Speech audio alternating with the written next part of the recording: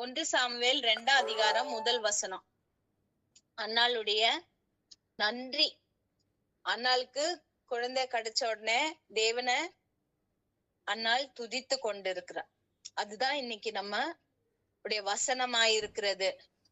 அதாவது அப்பொழுது அன்னாள் ஜெபம் பண்ணி, என் இருதயம் கர்த்தருக்குள் களி கூறுகிறது, என் கொம்பு கர்த்தருக்குள் உயர்ந்திருக்கிறது, என் பகைஞரின் மேல் என் வாய் திறந்திருக்கிறது, உம்முடைய ரட்சிப்பினாலே சந்தோஷப்படுகிறேன். இதுல எந்த வசனம்னா 2வது லைனு, என் இருதயம் கர்த்தருக்குள் களி கூறுகிறது. நேத்து பியூலா ஆண்டியுடைய மெசேஜ்ல என்ன சொன்னாங்க, 7 நாள் நம்ம என்ன பண்ணோம், ஆனந்த களிப்போடு சந்தோஷத்தோடு அந்த பண்டிகைய கொண்டாடணும்னு லேவியராகமோ 23ஆம் அதிகாரம் 40ஆம் வசனத்துல சொன்னாங்க. ஆனா இன்னைக்கு நம்மளால ஒரு நாள் கூட என்ன பண்ண முடிய மாட்டேங்குது, களி கூற முடிய மாட்டேங்குது. ஆனா நம்ம விசுவாசிகள் எப்பொழுதும் என்ன பண்ணோம், தேவனுக்குள்ள நம்ம களி கூறுகிறவராக நம்ம காணப்படணும். ஏன்னா நம்ம சந்தோஷப்படுவது சத்ருவுக்கு பிடிக்காத ஒரு காரியம். அதனால ஏதாவது ஒரு விஷயத்துல பிரச்சனை கொண்டு வந்துட்டே இருப்பாங்க. இதே அண்ணால 1ஆம் அதிகாரம் 15வது வசனத்துல ஆலயத்துல போய் அழுது ஜெபிக்கிறாங்க. அழுது ஜெபிக்கும் போது அங்க ஏலி என்ன சொல்றாரு, நீ என்னம்மா குடிச்சிட்டு வந்து பெதற்றியா அப்படின்னு சொல்லிட்டு சொல்றாரு. 15வது வசனம், 1 சாமுவேல் 1ஆம் அதிகாரம் 15வது வசனம். அதற்கு அன்னாள் பிரதியுத்தரமாக, அப்படியல்ல என் ஆண்டவனே, நான் மனக்லேசம் உள்ள ஸ்திரீ, நான் திராட்சரசமாகிலும் மதுவாகிலும் குடிக்கவில்லை, நான் கர்த்தருடைய சந்நிதியில் என் இருதயத்தை ஊற்றி விட்டேன். சரிங்களா? அப்போ இதுக்கு முன்னாடி அவங்க என்ன பண்றாங்க, அழுது அவங்களுடைய இருதயத்தை தேவனுடைய பாதத்துல ஊற்றி கொண்டிருந்தாங்க. ஏன்னா அவங்க நிறைய காலமாக ஒரு குழந்தைக்காக, ஒரு பிள்ளை பாக்கியத்துக்காக அவங்க ஜெபித்து கொண்டிருந்தாங்க. அவங்களுடைய வேதனை வந்துட்டு அவங்க மற்றவர்கிட்ட சொல்ல முடியல. ஆனா மற்றவங்க என்ன பண்றாங்க, அவங்களுக்கு வேதனை கொடுக்கிறவர்களாக இருந்தாங்க. ஆனா இந்த வேதனையின் மத்தியில என்ன பண்றாங்க, அவங்க தேவாலயத்துக்கு வந்து தேவனுடைய பாதத்துல அவங்க என்ன பண்றாங்க, தங்களுடைய இருதயத்தை ஊற்றினவர்களா இருக்கிறாங்க. ஆனா 2வது அதிகாரம் 1வது வசனத்துல என்ன பண்றாங்க, என் இருதயம் கர்த்தருக்குள் களி கூறுகிறது. அவளுடைய ஜெபத்துக்கு பதிலாக தேவன் என்ன பண்ணாரு, ஒரு பிள்ளைய கொடுத்தாரு. அப்போ அந்த சகோதரியுடைய வேதனை எப்படியா இருக்கிறது. இன்றைக்கு நாம கூட என்ன பண்றோம், பலவிதமான பாரத்தோட தேவனுடைய பாதத்துல வந்து அமர்ந்து இருக்கிறோம் இல்லையா? அந்த 4:30 ஆகும்போது 4:45 ஆகும்போது இன்னைக்கு சாயங்காலம் நம்மளுக்கு பிரேயர் இருக்குன்னு நம்ம என்ன பண்றோம், அதற்காக வேலைகளை துரிதமாக செய்து முடித்து தேவனுடைய பாதத்துல வந்து அமர்ந்து இருப்பதற்காக வாஞ்சியோட இருக்கிறோம், தாகத்தோட இருக்கிறோம். இந்த தாகமும் வாஞ்சியும் தான் தேவன் நம்மளுடைய இருதயத்தை பார்த்து கொண்டு இருக்கிறாரு.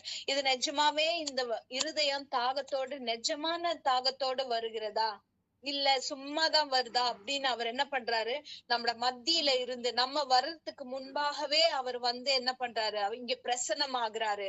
ஆனா ஏலி ஆசாரியர் என்ன பண்றாரு, இவளுடைய ஜெபத்தை பார்த்துட்டு, நீ என்ன பிதற்றியா, மதுபானம் திராட்சரசத்தினால நீ நிரம்பி இருக்கிறியா, நீ என்ன பண்ற. அப்போ சில நேரத்துல நம்மளோடு கூட விசுவாசிகளுடைய வார்த்தைகள் கூட நம்மளுடைய நிலைமை தெரியாம நம்மள புண்படுத்துகிற வார்த்தைகள் வரும். ஆனா நம்ம வந்து அந்த வார்த்தைகளை கேட்டு நம்ம மனசோர்வு அடைந்து போக கூடாது. நம்மளுக்கு வந்து வேதனை வேற எங்க இருந்துமே வராது, நமக்குள்ள இருக்கிறவங்க கிட்ட இருந்துதான் நம்மளுக்கு எப்பவுமே அதிகமான வேதனை வரும். நம்ம குடும்ப நபர் கிட்ட இருந்து, நம்மள அதிகமா நேசிக்கிறவர்கள் கிட்ட இருந்து, சில நேரத்துல நம்மளுடைய பெற்றோர்கள் கூட நம்மள வந்து நம்முடைய நிலைமைய புரிந்து கொள்ளாம நம்மள வேதனைப்படுத்துகிறவளா கூட இருக்கலாம். ஆனா அதெல்லாம் யோசிச்சாயும் என் அம்மாவை இப்படி பேசிட்டாங்களே, என் சகோதரி எப்படி பேசிட்டாங்கன்னு நம்ம ஒரு நாளும் என்ன பண்ணக்கூடாது, அத நினைச்சு சோர்ந்து போக கூடாது. இன்னைக்கு நாம பலரும் பல வேண்டுதலோட தேவனுடைய பாதத்துல வந்து நிற்கிறோம். ஆனாலும் அந்த வேண்டுதல்கள் அநேக நேரம் கேட்கப்படாம இருக்கிறது. அந்த நேரத்துல நம்ம என்ன பண்ணக்கூடாது, கை நீட்டி மத்தவங்கள குற்றம் சொல்லக்கூடாது. இவங்க என் வாழ்க்கையில தடையா இருக்கிறதுனாலதான் எனக்கு வரல, நான் எதிர்பார்க்கிற ஆசீர்வாதம் வரல, அவங்களுடைய கண்ணுனாலதான், அவங்களுடைய பொறாமனாலதான்னு நம்ம என்ன பண்ணக்கூடாது, மற்றவர்களை குற்றம் சொல்லாம அந்த ஆசீர்வாதம் என்னுடைய வாழ்க்கையில வராதபடி என்னுடைய வாழ்க்கையில என்ன தடையா இருக்கிறது அப்படின்னு சொல்லி நம்ம என்ன பண்ணணும், நம்மளே முதலாவது ஆராய்ந்து பார்க்கணும். ஆராய்ந்து பார்த்து தேவனுடைய கரத்திலிருந்து நான் அந்த ஆசீர்வாதத்தை பெற்றுக்கொள்ள என்னுடைய சரீரமாகிய தேவனுடைய ஆலயம் ஆயத்தமா இருக்குதான்னு பார்க்கணும். நம்ம ரட்சிக்கப்படுவது சாதாரண காரியம் இல்ல, அது தேவனுடைய ஈவு. அது தேவன் நம்மளுக்கு கிருபையாக தருகிற காரியம். அப்போ முதலாவது நம்ம அவருடைய இரத்தத்தினால மீட்கப்பட்ட உடனேயே நம்ம வந்துட்டு அவருடைய கட்டுப்பாடுக்குள்ள இருக்கிறோம், அவருடைய ப்ரொடெக்ஷனுக்குள்ள, பாதுகாப்புக்குள்ள இருக்கிறோம். அதனால எந்த தீங்குமே, எந்த ஒரு வன்கண்ணோ, எந்த பொறாமையோ நம்மளை அண்டாது. அப்படியே நீங்க திரும்பியும் இல்ல அந்த கண்ணுதான் சொன்னீங்கன்னா, நீங்க வந்துட்டு தேவனுடைய பரிசுத்த ரத்தத்தை நீங்க நம்பல, அவருடைய ரத்தத்தை நீங்க இழிவாக பேசுறீங்கன்னு ஃபர்ஸ்ட் நினைச்சுக்கோங்க. அதே மாதிரி ரட்சிப்போட நிறுத்திடாதீங்க, ஞானஸ்தானத்துக்குள்ளயும் கடந்து போனோம். அதை நாம் தள்ளி போட போட போட நமக்குள்ள போராட்டங்கள், பிரச்சனைகள் அதிகமா வரும். அதனால முதலாவது நம்ம மற்றவர்களை பாராம என்னுடைய வாழ்க்கையில ஆசீர்வாதம் வராமல் இருப்பதற்கு நான் என்ன காரியத்தை தடையா இருக்கிறேன், தேவன் சொல்லுகிற காரியத்தை நான் விட்டு விட்டேனா. அதே மாதிரி 2வது வசனத்துல என்ன சொல்ற, கர்த்தரை போல பரிசுத்தம் உள்ளவர் இல்லை, உம்மை அல்லாமல் வேறொருவரும் இல்லை. அவ பாருங்க, அவ பெற்ற அந்த சந்தோஷத்தை எப்படியாக கர்த்தரை ஸ்தோத்தரித்து கொண்டாடுகிறான்னு பாருங்க. அப்ப நம்ம ஒவ்வொரு நாளும் இந்த 7 நாட்களும் நாமளும் ஒரு நன்மையை தேவனிடத்திலிருந்து பெற்று கொண்டோம் என்று அந்த நிச்சயத்தோட கொண்டாடி கழித்து ஆனந்தித்து, இன்றைக்கு பாட்டுல சொல்லி இருக்கிறது போல நம்ம மன மகிழ்ச்சியோட நம்ம தேவனை எப்பொழுதும் துதிக்கணும். மிரியாம் எப்படி தம்பூரோடும் வாத்தியத்தோடும் அந்த செங்கடலை கடந்து வந்த பிறகு அவங்க எப்படி இஸ்ரவேல் ஜனங்கள் கொண்டாடினாங்களோ, நம்ம நினைக்கணும், தேவனே நேற்று தினத்துடைய பிரச்சனையில இருந்து எனக்கு விடுதலை தந்து இந்த நாளை காண கிருபை செய்தீங்களேன்னு சொல்லிட்டு நம்ம என்ன பண்ணணும், நம்ம கொண்டாடணும். என் வாழ்க்கையிலயும் தேவன் அதுதான் கற்றுக் கொடுத்துட்டு இருக்கிறாரு. கடலுக்கு நடுவுல கொந்தளிச்சிட்டு இருக்குது, அலை பொங்கி எழும்புது, ஆனா தேவன் சொல்றாரு, நீ மகிழ்ந்து களி கூறு, நான் உன்னோட இருக்கிறேன். எவ்வளவு பெரிய அலை எழும்பினாலும் அந்த அலைக்கு மேல நிக்கிற தேவன் நானு, அந்த அலைய உன் கால்ல விழ செய்கிற தேவன் நானு. அப்ப நாம இந்த பிரச்சனைக்கு மத்தியில நம்மளுக்கு சமாதானம் இருந்தா தேவனுடைய மெல்லிய சத்தம் நம்முடைய செவியில அவ கேட்க செய்கிறவராய் இருக்கிறார். அதனால முதலாவது நம்மள நாம ஆராய்ந்து பார்க்கணும். ஏன் நம்மள நம்ம ஆராய்ந்து பார்க்கணும்னா, அவருடைய ஆசீர்வாதம் நம்முடைய வாழ்க்கையில வருவதற்காக நம்மளை நாமே ஆராய்ந்து பார்க்கணும். 2வது, நமக்குள்ள இருக்கிற தேவையில்லாத காரியங்கள், தேவனுடைய சுபாவம் நம்மளுக்குள்ள பிரதிபலிக்கணும். அதுல 3வது வசனம், இனி மேட்டிமையான பேச்சை பேசாதிருங்கள்.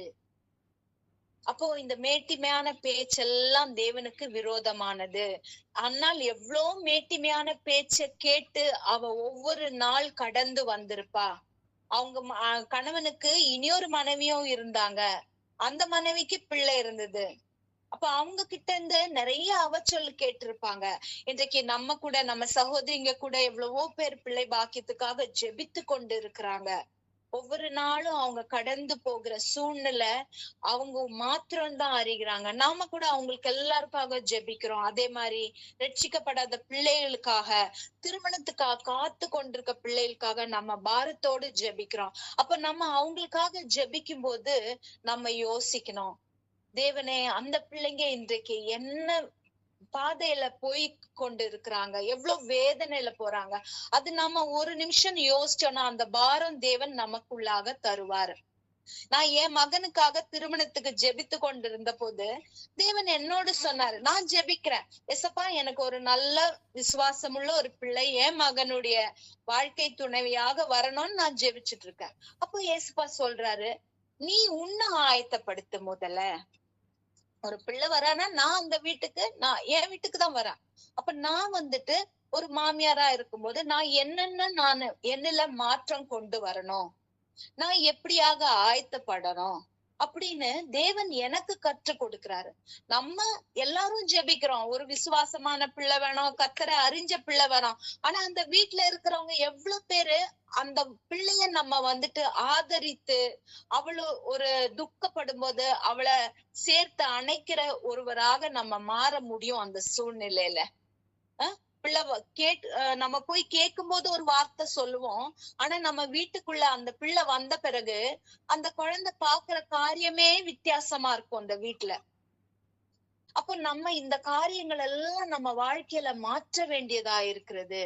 நம்ம ஜெபித்தா மாத்திரம் போதாது, நம்ம வீட்டுக்கு வர பிள்ளை ஏஞ்சலா இருக்கணும்னு ஜெபிக்கிறோம். ஆனா நம்ம அந்த ஏஞ்சலை ரிசீவ் பண்ணக்கூடிய ஏஞ்சல்களா இருக்கிறோமா, அது நம்ம முதலாவது யோசிக்கணும்.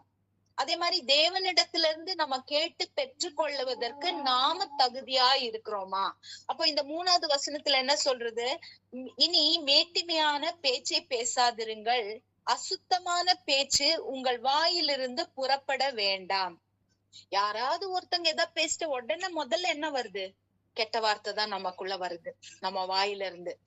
சிலவங்க சொல்றாங்க, எனக்கு கோபம் வந்துச்சு சிஸ்டர், அதனாலதான் கெட்ட வார்த்தை வந்து. எப்படி பழைய மனிதனுடைய பாஷை நமக்குள்ள வரும், எப்படி வரும் அந்த பழைய மனிதனுடைய பாஷை நம்ம வாயில எப்படி வரும்?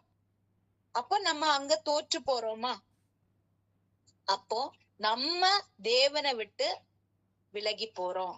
தேவனுக்கு பொய் நாவு பிடிக்காது, மேட்டிமையான கண்கள் பிடிக்காது. இதுக்கெல்லாமே அவரு எதிர்த்து நிற்கிற தேவன். அப்போ இதெல்லாம் நம்ம வாழ்க்கையில இருக்கும்போது எப்படி நம்மளுக்கு தேவனுடைய கரத்திலிருந்து நாம் அவருடைய ஆசீர்வாதத்தை பெற்றுக்கொள்ள முடியும்? முதலாவது நாம் கொள்ளுகிற நிலையில இருக்கிறோமான்னு நம்ம ஆராய்ந்து பார்க்கணும். 2வது நம்முடைய வாழ்க்கையில இருக்கிற பழைய மனிதனுடைய சுபாவங்களை நாம விட்டு விடுகிறவர்களா இருக்கணும். ஒரு விருந்தாளி நம்ம வீட்டுக்கு வராங்கன்னா நம்ம எவ்வளவு சீக்கிரமா நம்ம வீட்டெல்லாம் ஆயத்தப்படுத்துறோம். அப்போ ஒரு தேவனுடைய நம்மளை சிருஷ்டித்த தேவனிடத்துல இருந்து நம்ம ஒரு வெகுமதியை பெற்றுக்கொள்ள போகிறோம், ஒரு ஆசீர்வாதத்தை பெற்றுக்கொள்ள போகிறோம்னா நாம எவ்வளவு ஆயத்தமா இருக்கணும். உலக பிரகாரமான ஒரு மனுஷன் வரும்போதே நம்ம இவ்வளவு ஆயத்தப்படுத்துறோம்னா தேவனுடைய கரத்துல இருந்து நம்ம வெகுமதி பெறுவதற்கு நம்ம எவ்வளவு ஆயத்தமா இருக்கணும். எவ்வளவு ஆசீர்வாதம் அவர் நம்ம நினைக்கிற அளவுக்கு கொடுக்க மாட்டாரு. அவருடைய எண்ணங்கள் வேற, நம்முடைய எண்ணங்கள் வேற. அவரு எப்பவுமே யோசிக்கிறது தன்னுடைய பிள்ளைகள் என்ன பண்ணணும், எல்லாருடைய உயர்ந்த இடத்துல இருக்கணும்னு தான் அவரு நினைக்கிறாரு. 8வது வசனம் என்ன சொல்றது, அவர் சிறியவனை புழுதியிலிருந்து எடுத்து எளியவனை குப்பையிலிருந்து உயர்த்துகிற தேவன். சரிங்களா? அப்போ இந்த உயரத்துக்கு போனோம்னா நமக்குள்ள மாற்றங்கள் வரணும். அப்போ அந்த நேரத்துல மாத்திரம் தான் நம்மளால அண்ணாள போல என் இருதயம் கர்த்தருக்குள் களி கூறுகிறது என்று சொல்ல முடியும். சரிங்களா? அதனால அப்பதான் நம்மளால 7 நாட்களும் சந்தோஷமா இருக்க முடியும். நம்ம தேவனுடைய நாமத்தை நம்மளுடைய சரீரத்துல நம்மளுடைய நெற்றியில நம்ம தரித்து கொண்டிருக்கிறோமா? கண்டிப்பா நம்மளுக்கு பிரச்சனைகள் உண்டு, போராட்டங்கள் உண்டு. ஆனா அவர் நம்மளை தனியா விட்டுட்டு போகிற தேவன் கிடையாது. அவரு மனுஷன் அல்ல, பொய் சொல்ல தேவன் அல்ல, மனமாறா மனுபுத்திரனும் அல்ல. அது எப்பொழுதுமே யோசிச்சுக்கோங்க. இன்னைக்கு நம்மளுக்கு ஒரு கஷ்டம் வருது, போராட்டம் வருதுன்னா கண்டிப்பா அதற்கெல்லாம் தேவன் நம்மளுக்கு பதில் கொடுப்பாரு, ஒரு ஈடு நல்குவாரு. அவர் ஒரு நாளும் பொய் சொல்லி நம்மளை விட்டு கடந்து போகிற தேவன் அல்ல. நம்ம தான் மறந்து போறோம், தேவன் தான் நம்மளை தேடி வந்தாரு. ஆகையினால அன்னாளை போல நாம ஒவ்வொரு நாளும் நம்ம இருதயங்கள் அவரை கீர்த்தனம் பண்ணவும், அவரை ஸ்தோத்தரிக்கவும், அவரை தொழுது கொள்ளவும் 7 நாட்களும் நம்முடைய வாழ்க்கையில எப்பொழுதும் ஆனந்த களிப்பே நிறைந்து இருக்கட்டும் என்று சொல்லி தேவனுடைய நாமத்துக்கு மகிமையும் கனமும் உண்டாவதாக